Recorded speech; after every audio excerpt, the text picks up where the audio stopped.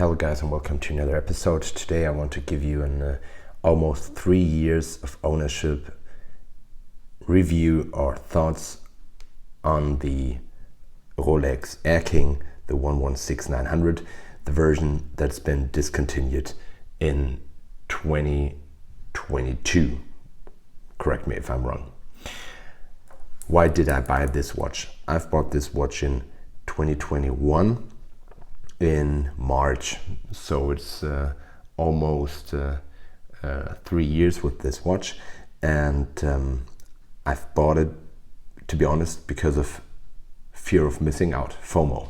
I always wanted a Rolex in my collection, and my first luxury timepiece was, as I've mentioned a couple of times, the Omega Speedmaster Professional, the Moonwatch with the Hazelite crystal.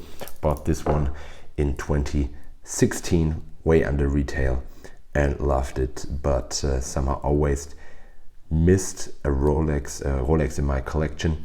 Also because of the, I thought, refinement of the bracelet, because Rolex is very big or known for the quality, the solidity, especially of their stainless steel bracelets. And yeah, my personal reasons for buying this watch is it is a Rolex.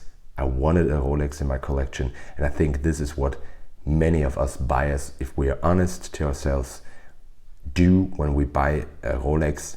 It's 50.x% because of the name. The brand is one of the most well-known brands in the world. It's among Mercedes-Benz, Coca-Cola. Those are the leading brands everyone knows in the world, and amongst them in the world of watches is simply Rolex. It doesn't, just the name itself, Rolex, it's not an abbreviation, it's not an acronym, it's just a name that was made up by Hans Wilsdorf because he thought it would sound the best in different languages, and always reminds us a little bit of Rolex, if it's English, Rolex, luxury. So it's just a perfect brand. The advertisement was also on point, even though they had problems with success, but it didn't hurt the brand because probably of its quality. As you know, Mercedes Reize, the female swimmer, didn't make it through the Ärmelkanal, but still the newspaper advertisement for Rolex was a huge success. And when it comes to this model, it's an oddity. It was a collaboration with the Bloodhound SSC supersonic car project, you know, those cars that are run on salt lakes, and this project failed, and they also cancelled the support of the team, of the supersonic car team, and the layout of the dial should remind of the layout on the dial or the dashboard on the supersonic car. The Air-King is a model that it is well known in Rolex history. It dates back, I think, in the 40s and 50s. There were this Airline, Air-King, and different kind of watches that were used by pilots, even though they were really small. The 116900 is also an oddity because many of the Rolex hardcore fans consider it as some kind of Franken watch, because the 369 are not loomed. There are the markers used on the old Explorer 1, which are loomed since I think 2014 or 2016, and it has this green Rolex name and the yellowish crown, which is the first in the history of the brand.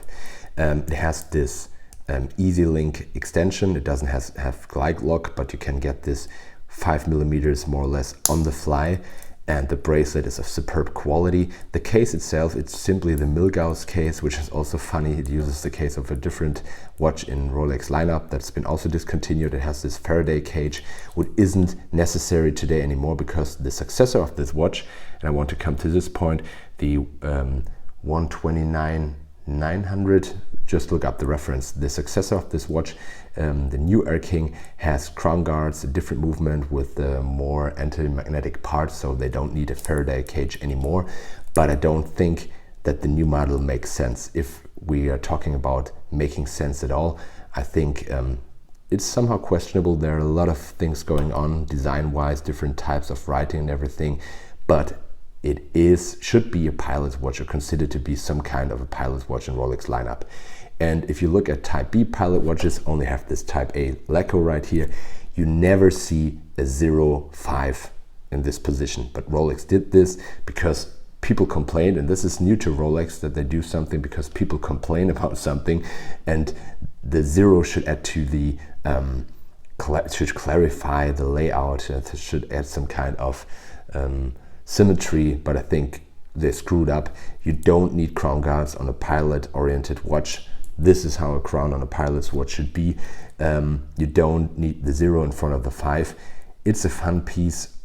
In the end, it's not a, let's say, a serious tool, but what kind of watches are serious tools at all if you have computers nowadays?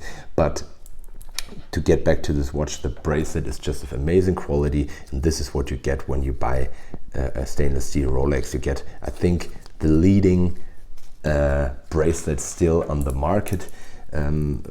Probably very close is Tudor. I owned Tudors before, but the new ones I hadn't get my hands on it with the T-fit clasps.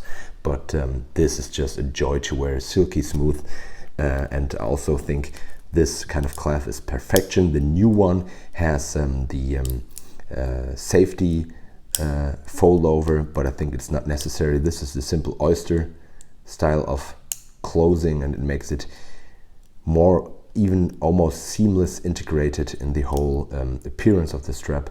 It has 20 millimeters lug width instead of the 21 of the new one. So in the end, I got my hands on the new one at a AD recently, and even though it's easy to say that this one is better if you own it, but I think it's more coherent, probably the more collectible one.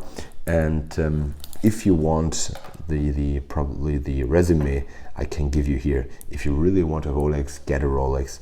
The Omega Speedmaster, for example, is a very cool watch, a different watch, a chronograph. This could be a 2-watch collection or whatsoever, but your lust or your desire for a Rolex won't be satisfied with an Omega, also not with the Breitling. Those are different kind of watches. Simply the quality of the bracelet is what really makes, I think, Rolex stand out of the crowd. Of course, it's very accurate as well, and I think if you still are able to get your hands on this one, go for it. Maybe a last word to the lume. I'm sorry, I'm just a little bit sick. The lume isn't the best. It has this chromolite, but it's not that long lasting. The newer lume applied on the new models is probably way better, but overall it's a cool, dressy, sporty piece at the same time, and I think it's still worth it in 2023. And also from the standpoint of collectability, if you're looking for some kind of investment, if there's something like an investment in watches, this isn't probably the worst place to spend your money.